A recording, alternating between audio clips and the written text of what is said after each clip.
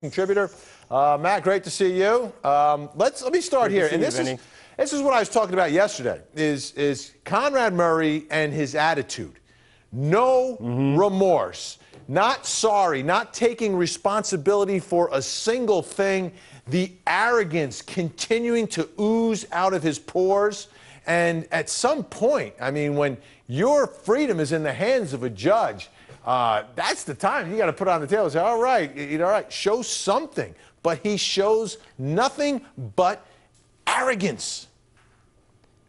I completely agree with you, Vinnie, and I think that Dr. Murray really shot himself in the foot, especially with the documentary that aired on MSNBC after his conviction. And Judge Pastor really took that into account in considering the sentence. And he looked at that documentary and he saw that Conrad Murray continued to blame the victim, Michael Jackson, didn't show any remorse in his actions, didn't show any sympathy for what had happened towards the family or towards Michael Jackson, and he really considered that strongly in handing down this maximum sentence.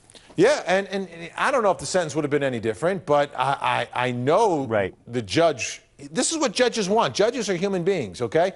And, you know, you've got to show that you take some responsibility for something, that you understand what you did was wrong, and that never came out of Conrad Murray's mouth. I wonder if they're just sitting back saying, hey, we're going to win this on appeal. But the only thing you win on appeal is a new trial, which you'll lose again.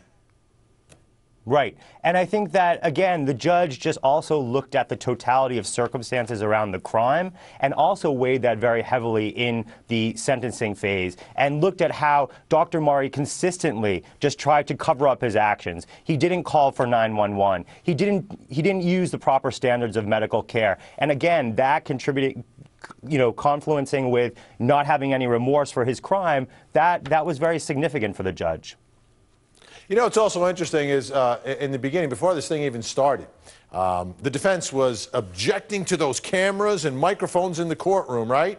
And the judge quickly said, well, I mean, you don't want the microphones and the cameras in the courtroom now, but it seemed that during the course of this entire trial, you were making some reality show. How does that jive with what you're asking for now? And right from the beginning, you could tell the judge was just aggravated.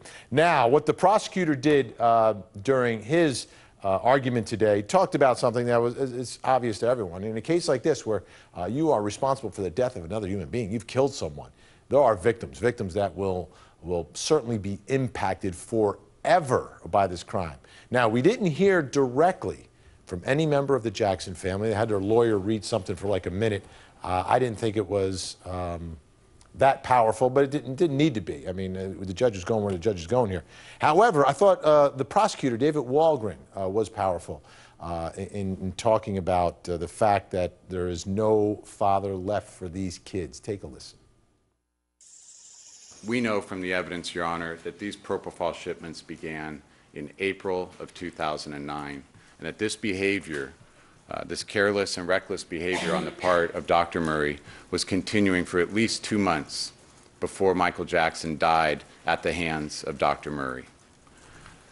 On June 25, 2009, we know that Conrad Murray administered propofol once again, as he had done the